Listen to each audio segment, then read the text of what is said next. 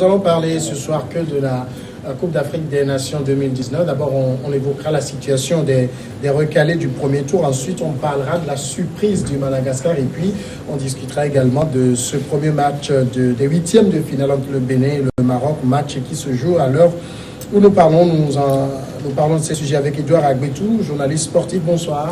Bonsoir Samuel, bonsoir à tous les téléphiles. Merci d'être avec nous. C'est moi. La Coupe d'Afrique des Nations, on a vu le tour. Il y a eu un certain nombre de récalés. Est-ce que vous, en tant que journaliste sportif, ça vous a surpris de voir certains pays quitter la compétition dès le premier tour? C'est vrai, la Coupe à 24 fait du bien à certaines nations, même si d'autres n'en ont pas profité.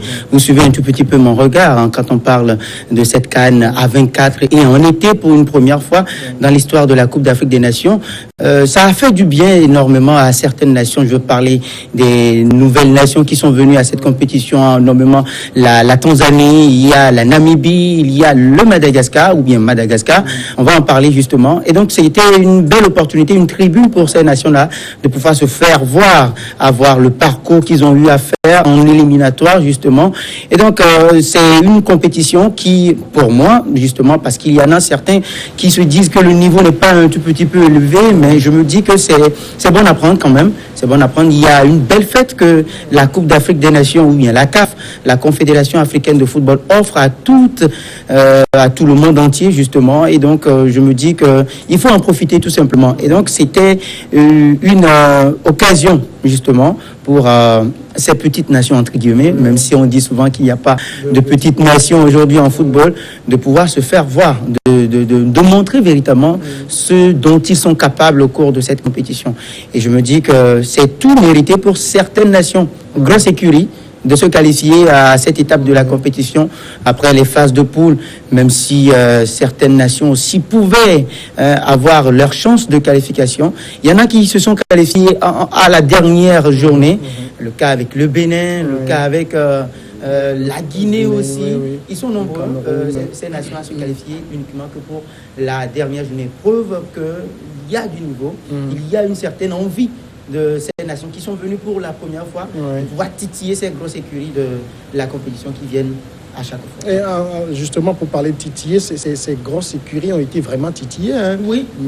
Vous voyez par exemple le Nigeria, qui l'aurait cru que dans le 2-0 face au poussé Madagascar. Le petit poussé, justement, si je laisse de côté les Itamba, Murugamba, bien les Hirondelles, si vous voulez, du Burundi, si je laisse ça de côté, mais la grosse surprise, c'est Madagascar. Mais qui l'aurait cru que le Madagascar pouvait disputer la première place du groupe B avec les Super Eagles du Nigeria, triple champion de cette compétition. Et voilà aussi cet aspect de la chose pour pouvoir dire qu'il y a de ces nations qui n'attendaient que cette occasion qui se présente, ou bien qu'elle se présente tout simplement pour pouvoir véritablement montrer la capacité, toute l'étendue de leur football. Et donc c'est à juste titre que Madagascar s'est qualifié pour le tour suivant. Il y a d'autres cas légion qui sont là, même si le Zimbabwe a été éliminé à quelques détails près. Tout n'est pas à jeter quand même à la poubelle. Il y a une bonne équipe des Warriors qui peut revenir, comme la Guinée-Bissau aussi, une belle équipe, comme en 2017 qui est venue déranger un tout petit peu, bousculer la hiérarchie au niveau du Gabon, et qui est revenu encore une nouvelle fois cette année. Et donc, je me dis qu'avec le Zimbabwe, il faut continuer, il faut rester toujours dans la continuité et permettre à ces jeunes-là de pouvoir revenir avec force. Et il faut prendre des exemples aussi sur Madagascar. C'est la seule nation à pouvoir émerger. Contrairement à ce qu'on avait pensé quand la CAN est passée de 16 à 24, beaucoup avaient dit qu'on verrait beaucoup de déchets parce qu'il y aurait des équipes qui ne mériteraient pas et qui seraient là. Mais c'est le contraire qu'on a vu finalement. On a vu du beau football. Ces petits poussés-là ont véritablement fait du jeu. Oui, il y a eu le cas avec le Burundi qui a dérangé énormément les Super Eagles du Nigeria en premier match. Il y a le cas avec le Zimbabwe en ouverture. Vous avez vu, les pharaons d'Égypte ont souffert et ont dû sortir le grand cas, ou bien le grand jeu pour pouvoir s'en sortir du piège des Warriors du Zimbabwe. 1-0, un score étriqué tout simplement pour le pays hôte, les pharaons d'Égypte, qui doivent extrêmement faire attention pour leur match à venir. Parce que devant aussi, c'est vrai, c'est l'Afrique du Sud, les Bafana qui ont aussi souffert. Voilà la beauté du football, comme vous l'avez dit Samuel. Ces nations ont prouvé véritablement tout le bien, ou bien le contraire de tout ce que ces observateurs du football africain et européen pensent d'eux. Et donc, c'est de bon augure. Je dis tout simplement que le niveau a été un tout petit peu élevé. Et comme je l'ai dit d'entrée de jeu, il y a de ces nations qui n'attendaient que cette petite occasion qui leur soit offerte pour pouvoir émerger. Voilà. Alors justement, est-ce que parmi les recalés du premier tour, il y a des nations qui vous ont surpris, c'est-à-dire que vous auriez aimé voir passer le premier tour mais qui ne sont pas passés? Oui, il y a le Zimbabwe déjà dans le groupe A. Quand vous venez déjà dans le groupe B, il y a, je crois bien, le Burundi, je l'ai dit, le pays de notre cher président Nkurunziza, justement, qui adore le football. Imaginez qu'il a, ou bien non, imaginez pas, il a déjà construit 11 stades dans le pays, au Burundi. Tout simplement pour vous dire que c'est la star en quelque sorte. Mais il y en a même qui ont un tout petit peu blagué avec, comme quoi il n'était pas à la CAN, raison pour laquelle le Burundi n'avait pas à gagner le moindre match au cours de cette compétition. Mais il faut relativiser tout simplement pour dire qu'il y a de la matière dans cette équipe des Burundais. Seulement l'expérience est passée par là. Maintenant, si vous venez au niveau de la Tanzanie aussi, il y a aussi de la matière, c'est vrai. Il n'y avait pas aussi une figure de pro pour pouvoir émerger, pousser cette équipe-là. Il n'y avait pas aussi un collectif qui se développait au niveau des Tanzaniens. La même chose, le cas de figure avec la Namibie aussi, une équipe modeste quand même qui a eu du fil à retordre pour pouvoir essayer de titiller ces grosses écuries. Maintenant, si je viens à Madagascar, que dire de cette équipe-là, la classe tout simplement. On va en parler justement, Samuel. Et je me dis qu'il faut donner du temps au Burundi, il faut donner du temps au Zimbabwe aussi de pouvoir émerger et d'aller un tout petit peu vers l'avant. Ma seule petite déception, c'est au niveau de la Guinée-Bissau, qui était là pour une première fois, et là maintenant, la seconde fois, elle n'a pas présenté le visage qu'elle nous avait donné au premier tour. Et là, il faut retravailler dans les compartiments, revoir les choses, revoir surtout le championnat, parce que c'est de là que ça part. Voilà, c'est de là. Il faut revoir un tout petit peu le niveau du championnat, faire venir d'autres sponsors, galvaniser les troupes pour pouvoir donner beaucoup plus de chance à ces jeunes-là de pouvoir faire valoir le talent. Alors, pour des pays comme la République démocratique du Congo, c'est passé sur le fil du rasoir, hein? Ouais, parce que les hommes de Florent Ibengui, ils ont eu très... on s'attendait encore à une histoire de Fimbu, mais ça n'a pas passé. Mais ils se sont qualifiés aussi sur le fil, chahutés d'ores et déjà par l'Ouganda, les Cruise de l'Ouganda. 2-0 qui l'auraient cru. Voilà aussi la beauté du football tout simplement. Mais ils ont su faire leur retard face, je crois bien, à la Tanzanie, 4-0.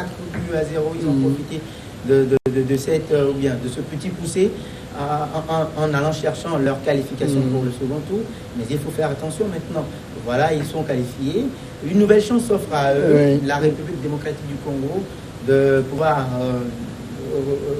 redorer le blason qu'on connaît véritablement dans cette compétition. Ce n'est pas de cette manière. Qui ont un championnat très relevé aussi. Ce n'est pas de cette manière qu'il faut se présenter quand on parle du tout-puissant Mazembe. Quand on parle de la République démocratique du Congo, il ne faut pas venir à cette compétition, à cette fête continentale et présenter ce visage.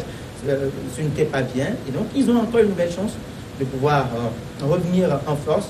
On attendra véritablement cette équipe-là au tournant, voir s'ils ont appris de leur erreur. Alors justement, le Cameroun non plus n'a pas vraiment fait honneur à son titre, champion d'Afrique sortant. Il passe par tous les moments. Moi, les Lions indomptables, les champions en titre, ils ont été aussi bousculés par le Bénin. Ils ont failli perdre ce match avec les Amédao, tout simplement à côté, les frères d'à côté, les voisins, qui donnent une belle prestation, une rencontre de belles factures à chaque fois qu'ils ont match.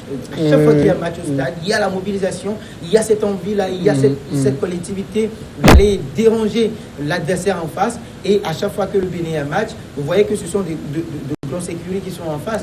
Actuellement, ils sont en train de bousculer la hiérarchie tout simplement au niveau des Lions de l'Atlas. Ils amènent le Maroc en prolongation. Ce n'est pas donné à n'importe qui. Ce n'est pas donné à n'importe quelle nation qui vient pour la première fois jouer une CAN à 24, c'est vrai, mais amener le Maroc jusqu'en prolongation. Il faut le faire. Ils ont réussi le coup. C'est déjà un pari gagné pour les hommes de Michel Dussuyer. Ce n'est pour rien qu'ils ont réussi à sortir les éperviers du Togo, même si certains supporters des éperviers ne sont pas pour la qualification ou bien la continuité des écureuils du Bénin. Je dis tout simplement que c'est une petite blague qu'on envoie aux écureuils du Bénin. Ils ont une équipe bien en place. Ils arrivent à jouer en bloc.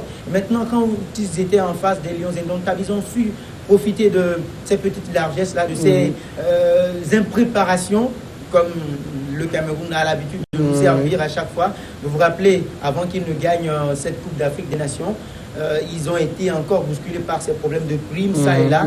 Et c'était le même cas de figure avant de décoller sur l'Égypte, le Caire, la même figuration pour les Lions indomptables. Et vous avez vu, c'était à quelques millimètres près qu'ils ont pu se qualifier. Et donc, on va encore les attendre, justement, tout comme les Diables Rouges de la République démocratique du Congo. Les Lions indomptables, le tenant du titre, ou bien les tenants du titre, vont devoir revoir leur copie, tout simplement, pour continuer de la compétition. Alors, parlons maintenant de cette surprise. C'est le Madagascar. S'il faut parler d'un poussé, vraiment, c'est un petit poussé. Les Baréas, entendez, les Zébus de Madagascar, qui prennent la première place de leur groupe et qui, pour la première fois qu'ils participent à la CAN, se qualifient pour les huitièmes de finale. Oui, grosse performance, belle performance pour Madagascar. Oui, avant même cette compétition, vous avez vu la préparation, l'engouement, la famille qu'il y avait derrière cette équipe-là. Ils venaient, il y en a qui disent qu'ils venaient pour une première fois, mais je me dis non, ils s'y sont préparés véritablement en venant à cette compétition. Ils se sont dit, mais la petite viendrait en mangeant tout simplement, et ils ont pris leur match par match, si je peux me permettre la tautologie. Et vous avez vu, Madagascar a disputé tous ces matchs avec beaucoup de vivacité, avec beaucoup de rigueur. Il y avait une certaine rigueur des hommes du Puy à chaque compartiment. Ça jouait dans chaque compartiment. Il y avait de la hargne, il y avait de la vivacité, il y avait cette envie d'aller chercher l'adversaire, la collectivité, ou bien le collectif qui a pris le pas. Sur l'individualité. Justement, sur cet aspect, beaucoup n'ont pas compris parce que ce n'est pas une équipe où les gens jouent forcément ensemble, mais on n'arrive pas à comprendre comment sur le terrain ils se comportent comme une famille véritablement. Voilà, et dès que l'adversaire a le ballon, c'est une prise à deux à chaque fois, voire même à trois. Face au Nigeria, vous avez vu toute la classe, le respect tactique ou bien le dispositif tactique qui a été mise en place face aux Super Eagles du Nigeria qui n'ont véritablement pas développé le football qu'on leur connaît d'antan. Et donc, c'était tout mérité pour Madagascar, les Baréas, comme vous le venez de le dire, de se qualifier et qui ont occupé la première place. C'était une liesse totalement.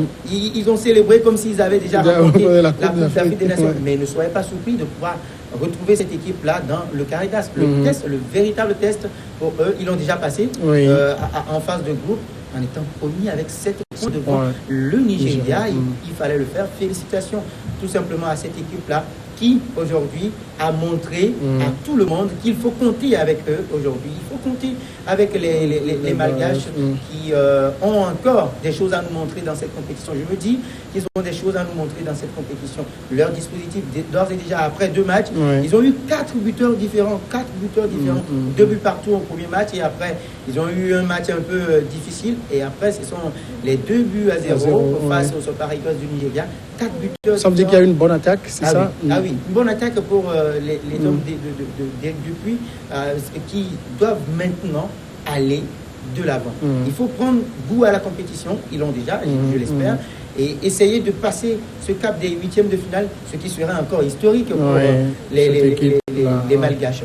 Alors justement, en 8e de finale, qui seront devant les Malgaches? En 8e de finale pour Madagascar, et ce sera un tout petit peu, j'ai oublié la nation qui va, ça va me revenir tout simplement, mais ce sera un véritable test. Je dis tout simplement que Madagascar aura en face un adversaire qui, justement, ça doit être la République démocratique du Congo.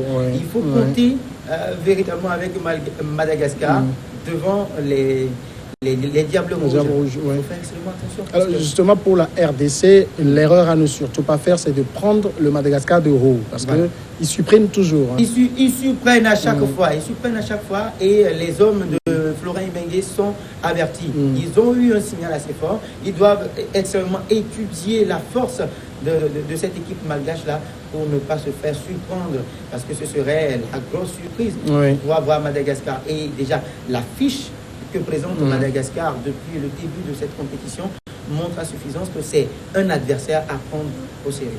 Alors justement, face à la RDC, est-ce que vous pensez que c'est un match qui va se jouer sur les détails? Parce qu'en termes d'expérience, la RDC en a beaucoup plus que le Madagascar. La RDC, c'est vrai, l'expérience, mais cette expérience-là nous a donné d'autres saveurs. L'expérience qu'on comptait avec le Nigeria, par exemple.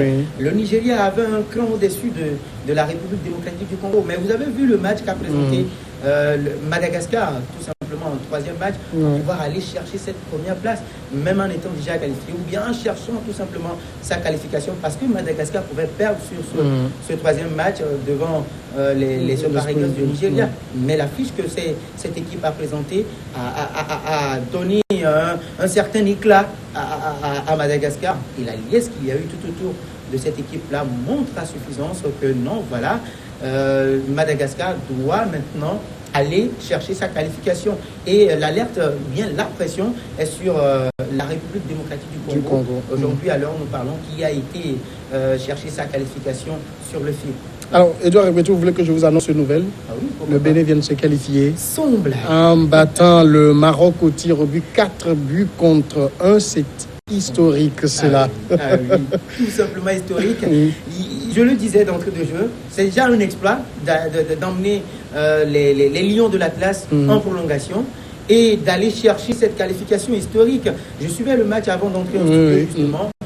Il y avait une bonne équipe, il y avait une bonne équipe des hommes de Michel Dussuet, un dispositif tactique qui est mis en place, ça joue dans les compartiments, la défense est bien assise, mais s'il y avait eu une petite erreur sur l'égalisation d'Adeoti, qui a tout simplement joué un peu avec le ballon, et ça a suivi l'égalisation, ça paye cash ses erreurs au niveau de la compétition. Et voilà, le Bénin se qualifie. Je le disais à un ami tout simplement, de faire récemment attention. Il y en a qui enterrent automatiquement le Bénin, les écureuils du Bénin, comme quoi c'est le Maroc en face. Mais non, il faut faire attention. Même si c'est le champion, ou bien qui avait gagné, l'entraîneur qui avait gagné la compétition en 2015 avec les éléphants de la Côte d'Ivoire, et qui a réussi aussi à l'emporter devant les éléphants de la Côte d'Ivoire en match de poule, il fallait compter aussi avec les écureuils du Bénin. Et même aussi les joueurs en étaient conscients. Il le disait d'avant ce match-là, il le disait qu'il faut prendre cette équipe de haut. Et ils l'ont découvert à leur risque et péril, parce que d'ores et déjà, c'est le Bénin qui avait ouvert le score. Et ils ont réussi à remettre les pendules à l'heure. Et voilà, la qualification, elle est juste méritée. Il n'y a qu'à voir la qualité de jeu que proposent les Béninois. Et maintenant, voilà, ils sont galvanisés, gonflés à bloc, pour pouvoir chercher une autre qualification. Ils attendront véritablement leur prochain adversaire. Et c'est ça aussi la beauté. Alors, justement, ce qu'on ne comprend pas, c'est quoi le secret de ces équipes comme le Bénin? On sait, c'est vrai, ils ont un championnat pas vraiment de très haut niveau, mais quand on les voit prester pour cette CAN, on a l'impression que c'est des gens qui viennent de grands clubs qu'on suit sur d'autres continents. Oui,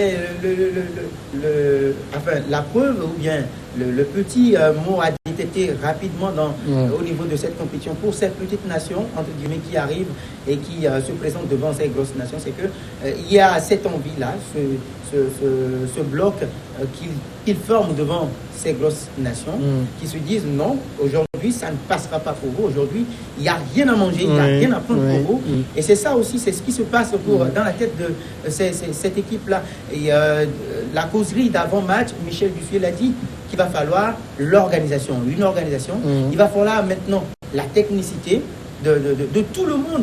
Et si tout le monde se dit, c'est ce qu'il a dit à ses hommes, si tout le monde se dit que ça ne va pas se gâter à mon niveau, et c'est comme ça va se passer tout simplement. Il y avait eu une organisation, le jeu qu'a proposé au milieu de terrain, la bataille du milieu de terrain qui a été gagnée pour les hommes de Michel Dussuet. Et c'est tout mérité tout simplement. Il y avait un championnat aussi qu'ils ont recousu tout simplement en enlevant les mauvaises herbes. Tout simplement, on se rappelle de la CAN U17 où ils ont enfermé des dirigeants de clubs, et également Joré Moucharaf qui est passé par là. Et donc, on a essayé de faire table rase de tout ces bisbilles, de tous ces problèmes, de toutes ces querelles intimes, internes du football béninois. Et ça a redémarré. Et ça passait forcément par les éliminatoires. Vous avez vu les écureuils du Bénin déranger véritablement les Fennecs d'Algérie. Victoire 1-0 à domicile.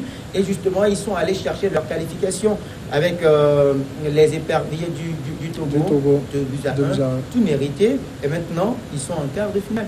Et en quart de finale, attention, s'ils présentent encore une copie un tout petit peu meilleure que celle qu'ils ont faite devant les Lions de l'Atlas, allez voir si le Bénin va se qualifier pour les demi-finales. Historique pour les voisins d'Afrique. Félicitations. Quand c'est bon, il faut l'apprécier et le dire tout simplement. Justement, peut-être les gens ne nous entendent pas, mais tout à l'heure, il y avait des cris qu'on entend depuis la rue.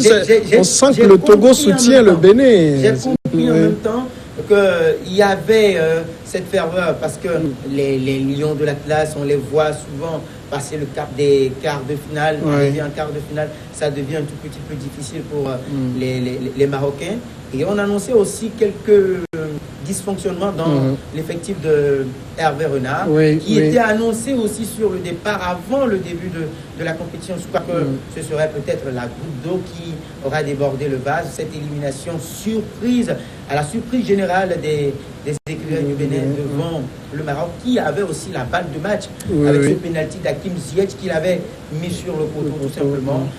Lui qui était la déception de cette compétition à part avoir le parcours et le jeu qu'il a fait en Ligue européenne des champions avec son club de l'Ajax d'Amsterdam, éliminé en demi-finale par les Spurs de Tottenham dans un match fou à rebondissement aussi. On l'attendait véritablement.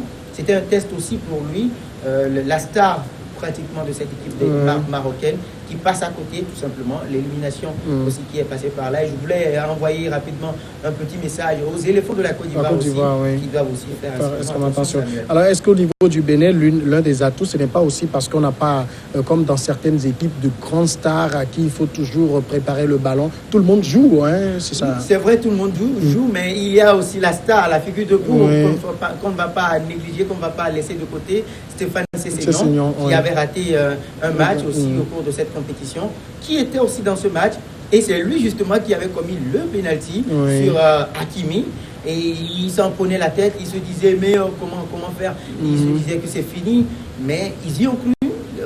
Heureusement, malheureusement pour les Marocains et heureusement pour les Béninois, Ziyech a tout simplement mis ce penalty sur le poteau. Et c'est lui qui était là pour galvaniser. Ça passait aussi par lui.